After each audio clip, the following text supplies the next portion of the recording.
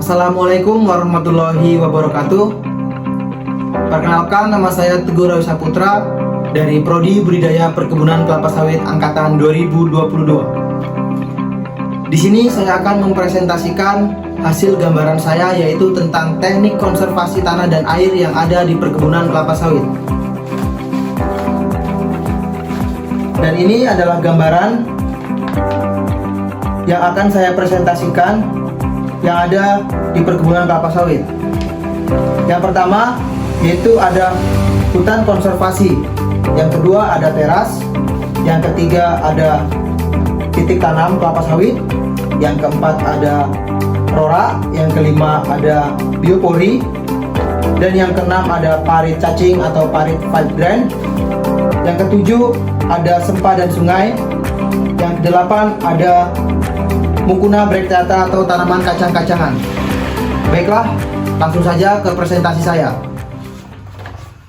Yang pertama yaitu ada hutan konservasi. Hutan konservasi adalah jenis hutan yang memiliki fungsi pokok sebagai daerah perlindungan dan pemberdayaan keanekaragaman tumbuhan dan satwa dalam ekosistem aslinya. Fungsi dari hutan konservasi yaitu agar hutan memiliki ekosistem yang sangat beragam, sehingga hutan dibagi berdasarkan fungsi dan tujuannya tertentu.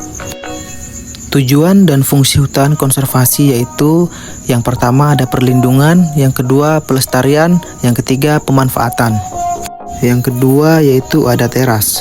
Teras dibuat dengan cara memotong panjang lereng dan meratakan tanah di bagian bawahnya, sehingga terjadi deretan bangunan yang berbentuk seperti tangga.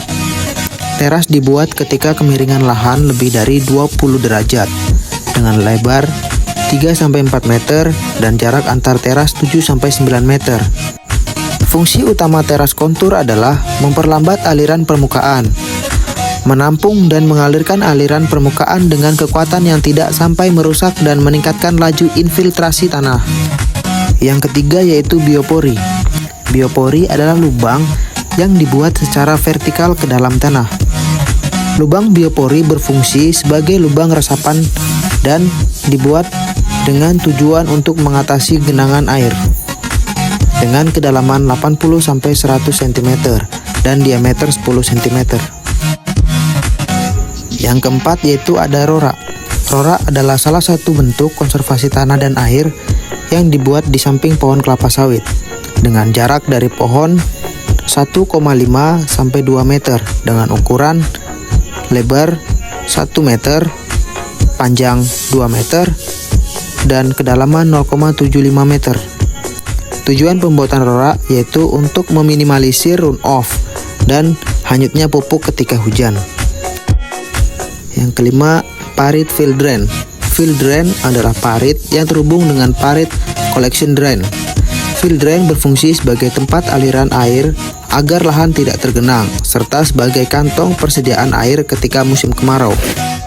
Parit field drain dibuat di area gawangan mati dengan kedalaman 1 meter dan lebar 1 meter dengan panjang 300 meter.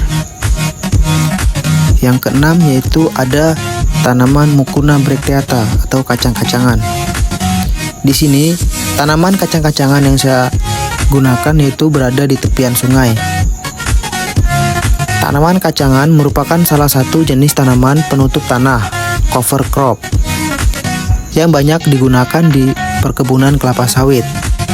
Tanaman ini mempunyai kelebihan di antaranya, yaitu mampu memproduksi biomasa yang banyak, mengandung nitrogen yang tinggi, dan menjaga kelembaban tanah, serta mencegah terjadinya erosi.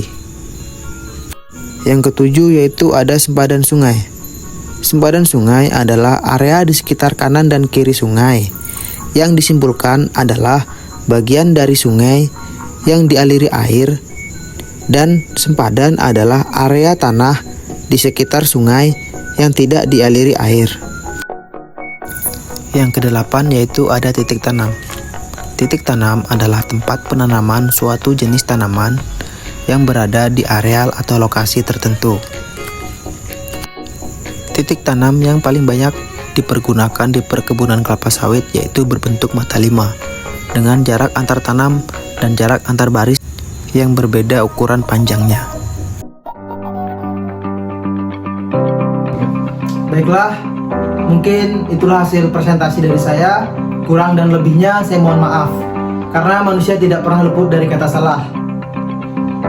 Di sini saya mempunyai pesan untuk teman-teman saya. Tetaplah menjadi manusia yang berkualitas tanpa harus menindas untuk menjadi yang teratas. Salam mahasiswa.